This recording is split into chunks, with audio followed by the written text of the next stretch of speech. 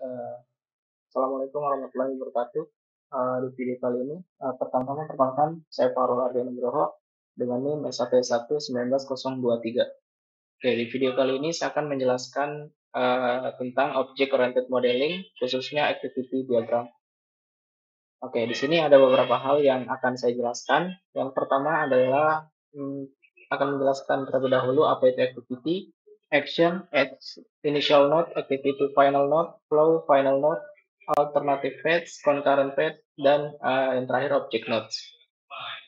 Nah, sebelum masuk ke activity mungkin di sini saya jelaskan lagi bahwa konsep yang akan saya jelaskan di sini mengenai activity diagram, yaitu aspek pemrosesan yang sifatnya adalah prosedural atau konsep bahasa yang berorientasi pada aliran. Nah, hal yang pertama saya akan jelaskan tentang activity. Jadi, apa itu activity? Activity adalah spesifikasi perilaku yang ditentukan pengguna pada tingkat perincian yang berbeda. Nah, di sini ada beberapa contoh. Pertama, activity itu definisi perilaku operasi dalam bentuk instruksi individu. Kedua, pemodelan tindakan dari use case. Ketiga adalah pemodelan fungsi dari proses bisnis. Jadi activity diagram itu bisa dibilang adalah graf berarah yang di dalamnya ada nodes dan juga ada edge. Nah, nodes ini adalah sebuah tindakan atau aktivitasnya, sedangkan edge ini adalah digunakan untuk kontrol dari aliran action-action atau objek. Nah, bisa dibilang adalah activity itu adalah diagram yang memodelkan proses-proses yang terjadi pada sebuah sistem. Dia menggambarkan urutan tindakan berdasarkan model kontrol dari dan model aliran objek. Jadi dia berisi node dan juga berisi edge. Nah, selanjutnya action. Action itu adalah bagian dari activity. Jadi action itu elemen dasar yang menentukan perilaku yang ditentukan oleh pengguna. Nah, action di sini itu memproses nilai input untuk menghasilkan nilai output. Jadi notasinya adalah persegi dengan ada rounded di sudutnya. Jadi action ini bisa dibilang adalah unit fundamental dari fungsionalitas yang dieksekusi di dalam suatu activity diagram. Action ini adalah satu unit langkah dari activity. Jadi biasanya kalau action itu berupa kata kerja. Jadi misalkan dalam e-commerce, action itu contohnya mengisi formulir pemesanan. Misalkan dalam course di enroll ada actionnya enroll course dan contoh-contoh lain. Nah, kemudian ada edge tadi sempat disinggung juga. Edge itu adalah eh, edge itu yang menghubungkan atau mengkoneksikan antara action dan atau antar objek. Jadi ada dua macam edge di sini. Yang pertama adalah control flow edge dan juga object flow edge. Nah, perbedaannya apa? Control flow edge di sini sudah terlihat, dia ada action 1, action 2, action 3. Control flow dia menghubungkan atau mengkoneksikan antar action. Sementara kalau object flow nodes itu digunakan untuk bertukar data dari objek. Jadi ekspresi ketergantungan atau data antar node objek dalam activity diagram. Dia itu merepresentasikan objek atau benda yang biasanya dicantumkan sebagai hasil dari action seperti ini di action 4 ini. Oke, di sini contohnya hasil dari action 3 yang kemudian dipakai oleh action 4. Nah, kemudian ada namanya guard atau condition. Oke. Guard atau condition itu kontrol dan aliran objek hanya bisa berlanjut ketika pelindung dalam tanda kurung. Contohnya di sini ada action A dan B. Jadi aliran kontrol dari action A ke B itu akan terjadi apabila condition atau guardnya terpenuhi atau sifatnya adalah true. Nah, selanjutnya ada token. Jadi token itu mekanisme koordinasi virtual yang menggambarkan eksekusi yang tepat. Jadi di sini ada keterangan bahwa jika suatu tindakan menerima token, tindakan tersebut dapat dieksekusi. Ketika tindakan telah selesai, itu meneruskan token ke tindakan berikutnya dan eksekusi tindakan ini dipicu. Nah, guard di sini bisa mencegah lewatnya token. Jadi token itu disimpan di node sebelumnya. Nah, di sini juga ada namanya control token dan juga object token. Perbedaannya apa? Control token itu berisi izin eksekusi untuk sebuah node. Sedangkan kalau object token itu izin eksekusi tadi ditambah dengan data transportasinya.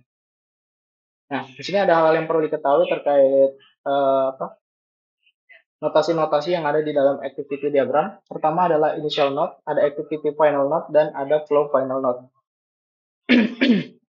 Nah, activity final node itu memulai eksekusi suatu aktivitas. Yang kedua, menyediakan token di semua tepi luar. Ketiga, menyimpan token sampai node yang berurutan menerimanya. Dan yang keempat, beberapa node awal itu memodelkan concurrency. Nah, jadi bisa dibilang initial node itu adalah status awal sebelum activity berlangsung di proses berikutnya. Jadi suatu proses itu hanya bisa memiliki satu kondisi awal, kecuali memang menggambarkan activity yang bersarang.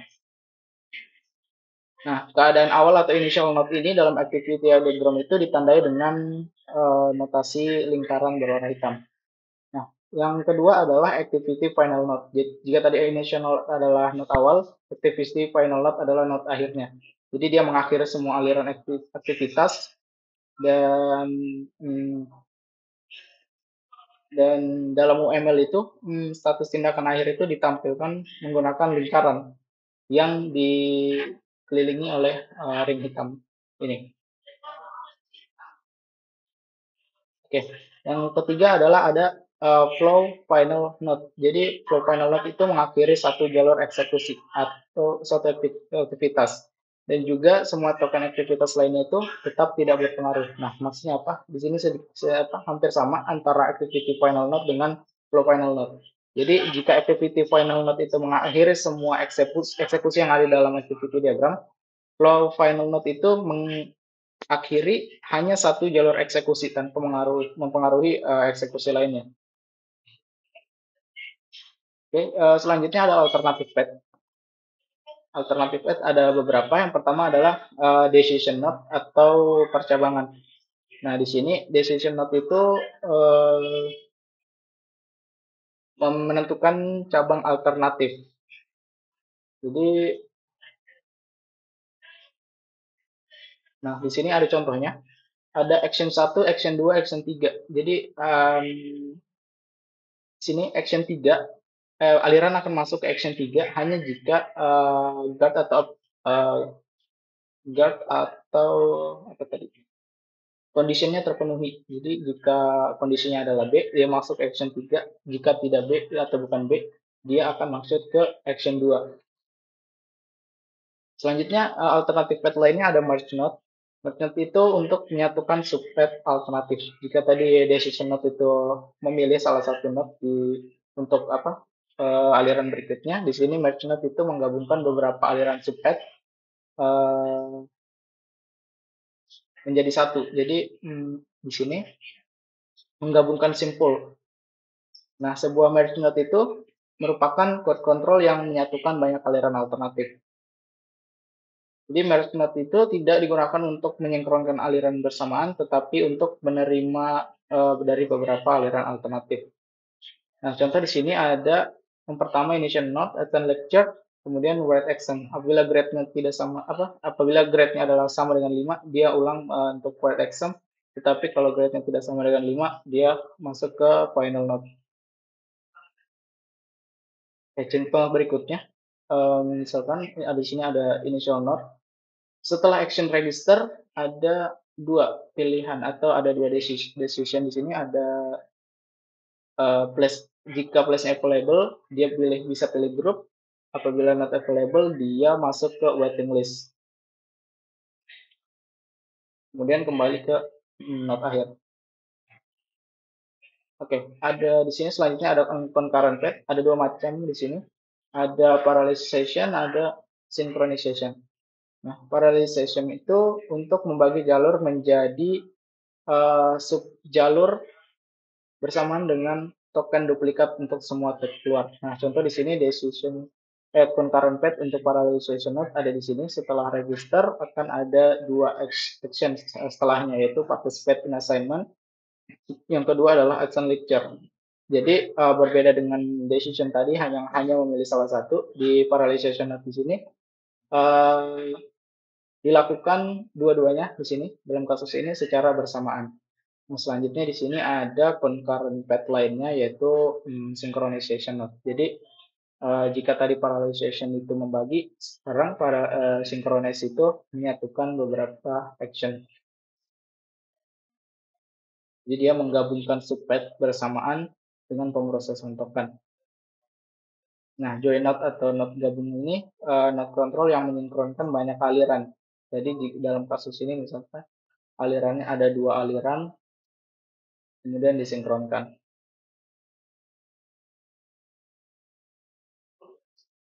Oke. Contohnya di sini ada equivalent control flow.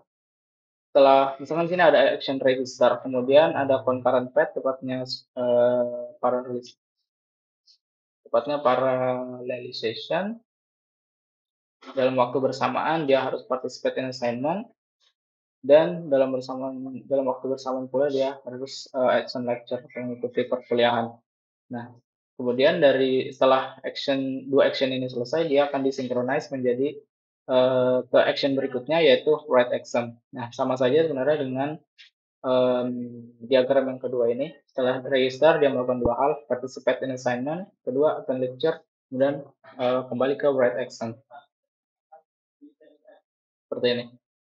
Oke, contoh lainnya adalah create and send invitation to a meeting. Jadi membuat dan mengirim undangan untuk sebuah meeting. Nah, di sini ada keterangan ketika undangan itu dicetak, dalam waktu bersamaan invitation atau undangan itu dialamatkan. Nah, setelah di sini ada setelah initial note, di sini ada action print invitation atau cetak undangan. Nah, di sini ada concurrent parallelization ada.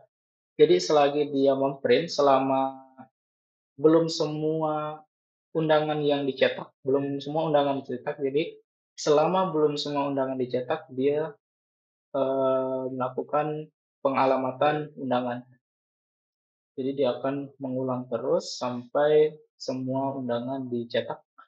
Nah, kemudian pada bagian addresses invitation di sini, jadi dia akan masuk ke send invitation jika semua undangan setelah dialamatkan. Sini, setelah itu berakhir, aktivitasnya berakhir. Oke, ada contoh lainnya di sini conduct lecture dari perspektif student. Nah, setelah melakukan register ada concurrent, di sini ada parallelization, ada participant assignment dan action lecture.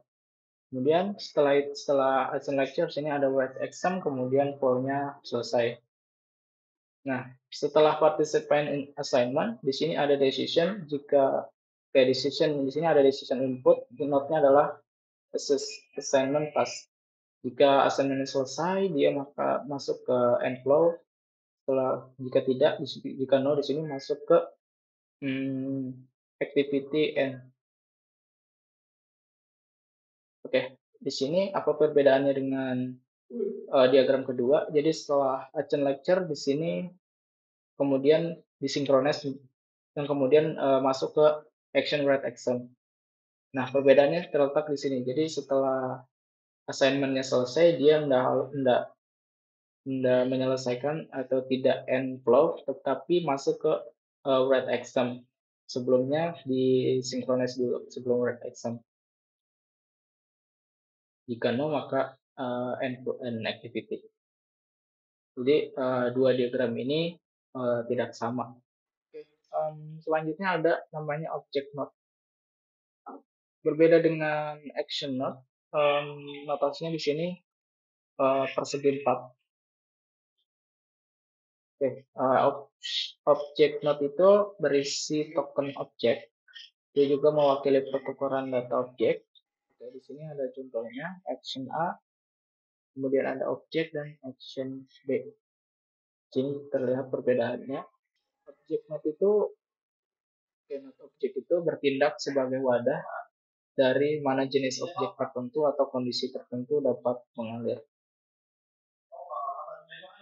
Contohnya di sini ada notation variant object node as parameter atau object node itu sebagai parameter. Di sini ada dalam diagram assignment flow ada objek sebagai input parameter dan objek sebagai output parameter. Ini di activity. Sedangkan kalau di action itu disebutnya pins. Di sini ada objeknya sebagai digunakan hasil dari action A yang kemudian digunakan sebagai input dari action B. Contoh di sini ada assignment flow.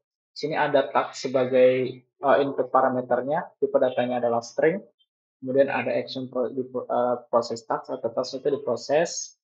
Kemudian ada menghasilkan atau output lagi berupa objek task yang solve. Kemudian ada activity correct yang menghasilkan task juga yang corrected. Kemudian di grade dan hasilnya objek berupa grade yang berupa di datanya adalah integer. Sama seperti di bawah ini, dia dibuat pins.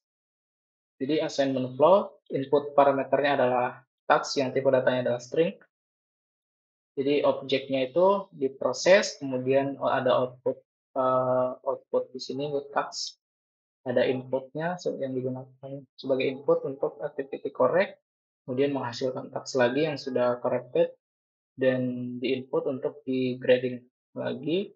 Setelah itu input di sini ada output objek grade yang tipenya integer. Oke, mungkin itu yang saya bisa jelaskan menurut pemahaman saya. Kurang lebihnya mohon dimaafkan. Assalamualaikum warahmatullahi wabarakatuh.